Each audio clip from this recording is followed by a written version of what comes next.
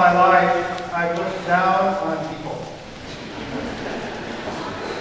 But this is really awesome. The only people above me are the choir, and that's appropriate. It's good to be here. My mother tells me that when I was a very young child, I asked constantly, how come? How come the sky is blue? How come the grass is green? How come the moon changes shape? And my mother told me that after I told her that our nearly 3-year-old granddaughter, when she was nearly 3, she's a little over 3 now, her favorite question was, what's that? What's that? That's a lion. What's that lion? It's an animal. What's that animal? It's walks on 4 legs. What's that walks on 4 legs? And you get the story. You know the story, don't you? You've ever been a parent or a teacher of a very young child, a grandparent, whatever. The questions always come. Because questions and childhood go hand in hand. What happens sometimes is as we think we want to push our way toward adulthood, we somehow think maybe we ought to stop asking questions, or at least give up sort of a reflective sort of curiosity about things. We begin to think that maybe we ought to act as if we know everything already. Many of us get over that, but a lot of us never do. And we slump down for most of our adult lives in sort of a deep, passive acceptance of things as they seem to be. We are curiosity's couch potatoes, perhaps questioning things when roused to anger, but never asking things as a matter of course, as a matter of happy habit. I'd like to know about something new. We often give up doing that. The people of Israel moved between being very sure of themselves on this journey and asking questions. Often they acted as if they knew it all, and most of what they knew was not good. They always knew the worst. In today's reading, they concluded that this whole Exodus idea was a big mistake. That it would have been far better to stay in Egypt's slavery than to be out here on the way to freedom. We are destined to die of starvation in this wilderness. That's obvious. We know it. They grumbled and complained to Moses and Aaron. Their complaints were so frequent and so bitter and so biting that their leaders, never certain of this whole enterprise themselves, began to doubt themselves and their role. So Moses and Aaron complained to God in turn, expressing their personal frustration at having been triangulated into this unwinnable situation. In other words, Moses and Aaron were the prototypes for leaders all through the ages, especially church leaders. God, why did you put me here with this people? But then God spoke to Moses, and God told Moses to lighten up, to relax, to let God do God's thing, which was God would send bread and meat for the people to eat. God would do this miracle in such a way that everyone would know who was in charge. Everyone would know God, the Lord, had done it. And God would send that bread and that meat, not just to fill the stomachs of those hungry people, as important as that was, but also to test the people, to check them out, to kind of provide a measure of whether these people were up to the call to live each day in complete trust in God's power on their behalf. You see, each day would only bring enough food for that day. Enough food for each person each day. The bread of heaven could not be kept or stored or hoarded or invested for some future day unless that future day was the next day, the Sabbath, when they were not allowed to harvest or to prepare food.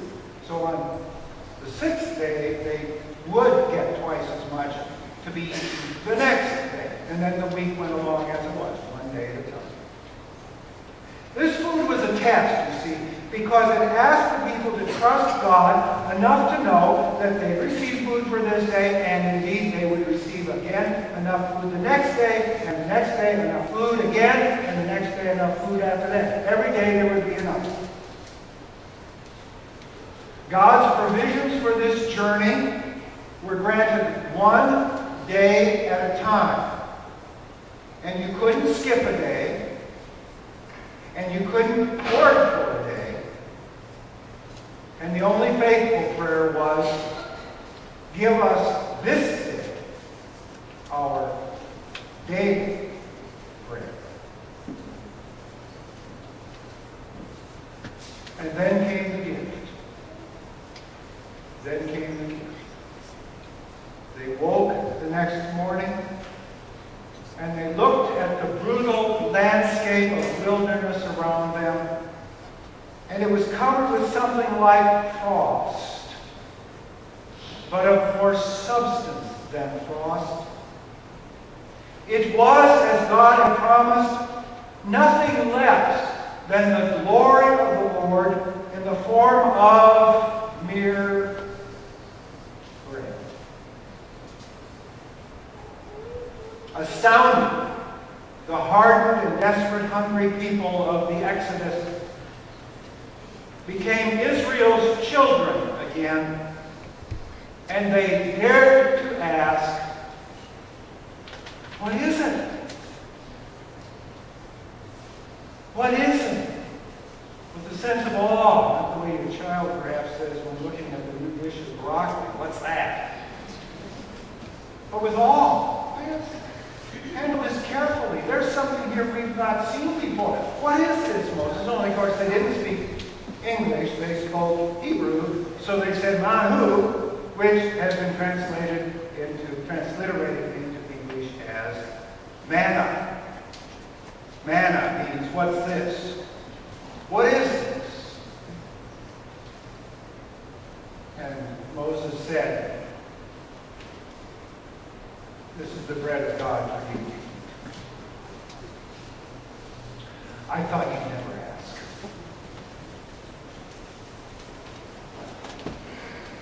This morning, I wanted to encourage all of us at Fairmount to ask all the what is it questions we have in the coming weeks and months. The interim journey you've been traveling since February, a journey on which I am joining you sort of in the middle of things, is a prime time for asking all the questions about Fairmount Church and our relationship to it that we have. And we dare ask all the questions because there's bread to be harvested in those questions as they lead us toward answers. Answers we gather together.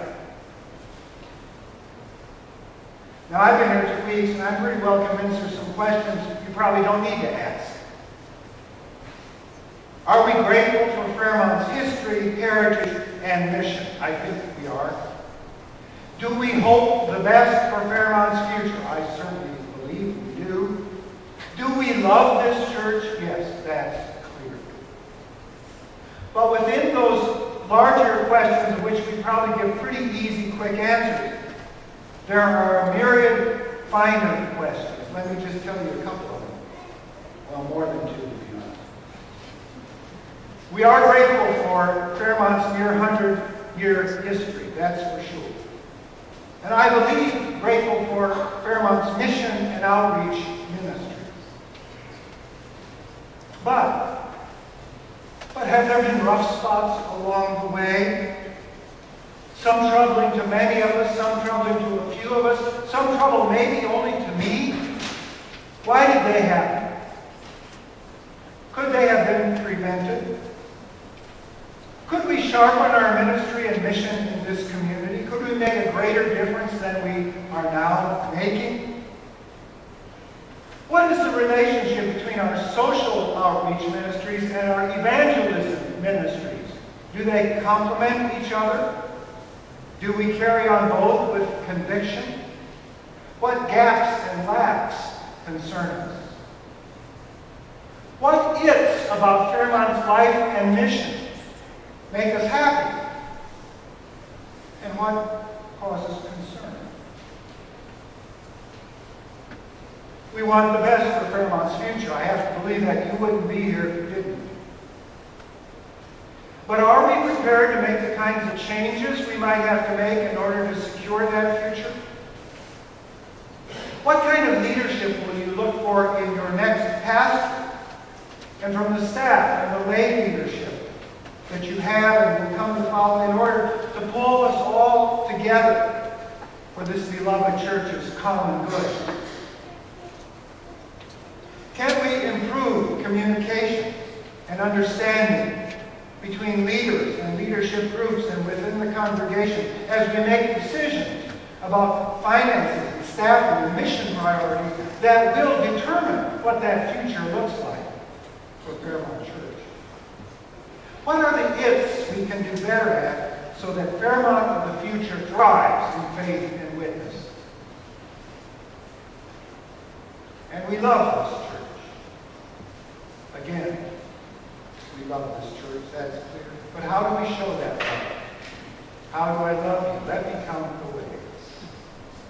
Count your ways. Do we love the church as a mission outpost dedicated to serving others? Or do we love the church as sort of a comfortable place that we sort of think is here to serve us? Or is it still both? How do we view our role as members in terms of the ministry of this church? Is our financial giving to Fairmount Church a true reflection of the love we say we have for the church? Do we know the percentage of our annual earnings that we give to the church? If not, why not? And if so, is it consistent with our expressions of love for the congregation? What are the it's in our personal lives that demonstrate our personal commitment to Fairmount Church? Questions abound. And I invite you to ask them, and to help me ask them, and to help us together answer them. Look, I can't ask all the questions. I've got quite a list of them already, but I don't know your questions. And I certainly cannot provide the answers, and let me be very clear about that. Just as it is you who must ask the what-ifs about our church, the what-is-its and all of that, it is you, a congregation, with your leadership, who must provide the answers for those questions. You together. To answer them as best you can. As fully as you can. I can help you do that, I think. You can let me know your questions, and I'll gather some sense of what's gone on here in recent years. That'll be good. You might have joys. You might say, I just question why this church is such a good place for me. That's all right. You might want to tell me about something that was harmful or hurtful. It doesn't matter what it is. I'd like to talk with you in the pastor's study or in your home or office or wherever. What you need to do is just get on the phone and call me up when I have my calendar with me, and we'll make an appointment, and we'll get together. And I really want you to do that. As I'm going to say in the newsletter you're to get this week, if you whisper something in my ear on the way out of church, I might forget it, but you sit down with me and I'll remember it.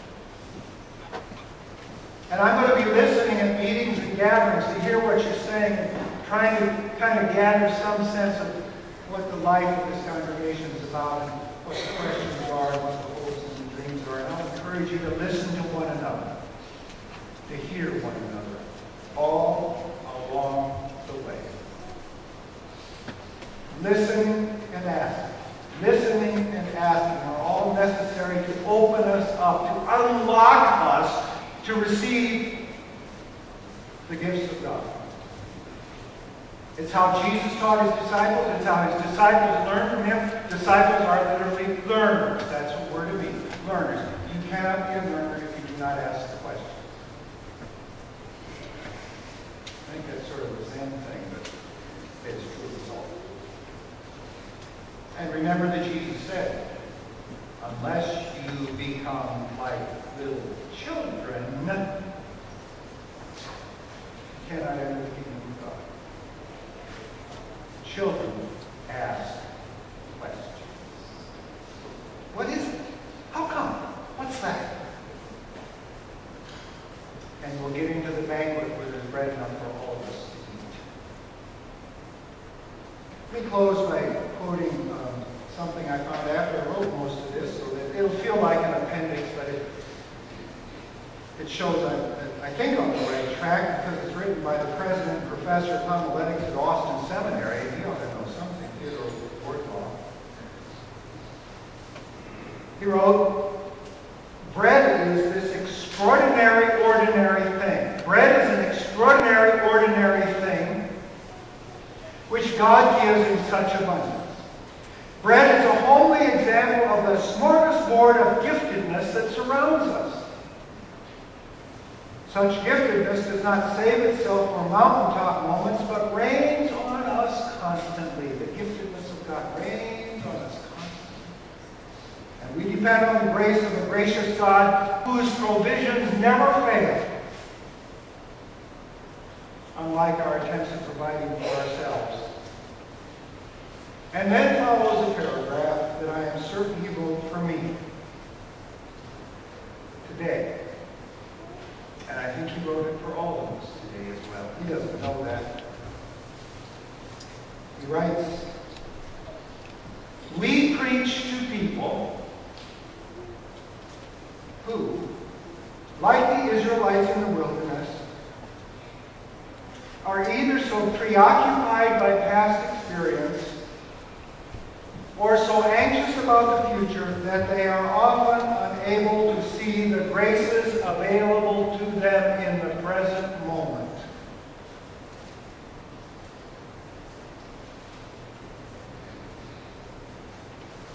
And so they are unlikely to ask the incredulous, great question, what is this? Let's prove Theodore Wardlaw wrong about that as we together ask the incredulous, grateful question, what is this? Of every aspect of our gifted life together. And then together, let us trust God to give Fairmount's grand and vibrant community of faith bread to feed us each day of our journey.